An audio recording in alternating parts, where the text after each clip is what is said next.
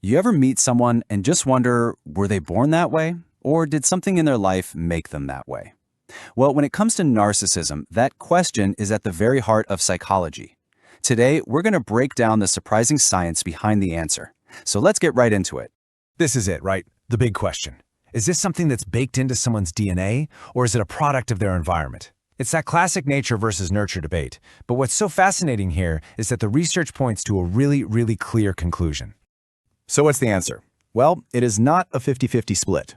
Not even close, actually. The studies have given us a pretty clear guideline, and you can think of it as a simple 80-20 rule. And here is the biggest piece of that puzzle. 80%. That's a huge number, right?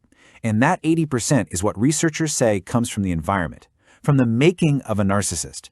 It's the nurture part of the equation. This chart really puts it all into perspective, doesn't it? 80% nurture, 20% nature. So yeah, there is a genetic component. There's a predisposition that accounts for about a fifth of the risk. But the vast majority, that comes down to upbringing. In other words, narcissism is overwhelmingly made, not born. Okay, so that leads to the next obvious question. If narcissism is mostly made, then how exactly does that happen? Well, research points to a very specific and kind of contradictory parenting style that creates the perfect breeding ground for it. And here's what's so crucial to understand. It's not just about parents being too strict or too lenient. It's the bizarre, damaging combination of two completely opposite behaviors.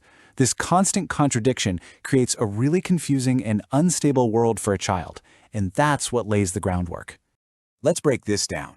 On one hand, you've got overindulgence. This is where the child is treated like an absolute superstar, put on a pedestal, praised for everything they achieve. But, and this is the catch, it's always conditional. It's only about what they do.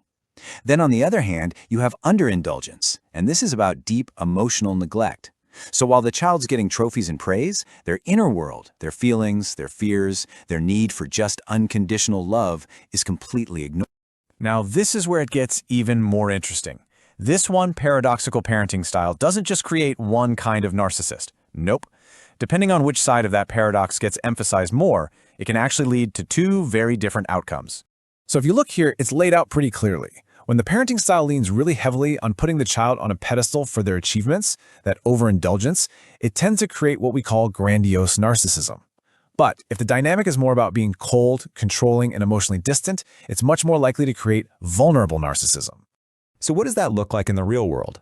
Well, the grandiose narcissist is the type we usually think of. Openly entitled, thinks they're superior, has to be the dominant one in the room. They've totally internalized that message that they're special because of what they can do.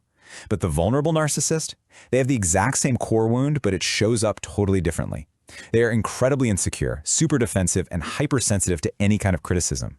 Any little perceived slight can feel like a massive attack. So we've gone over the 80-20 rule, we've seen the two different paths this can take, but what's the big picture takeaway here? Why does understanding where this all comes from actually matter?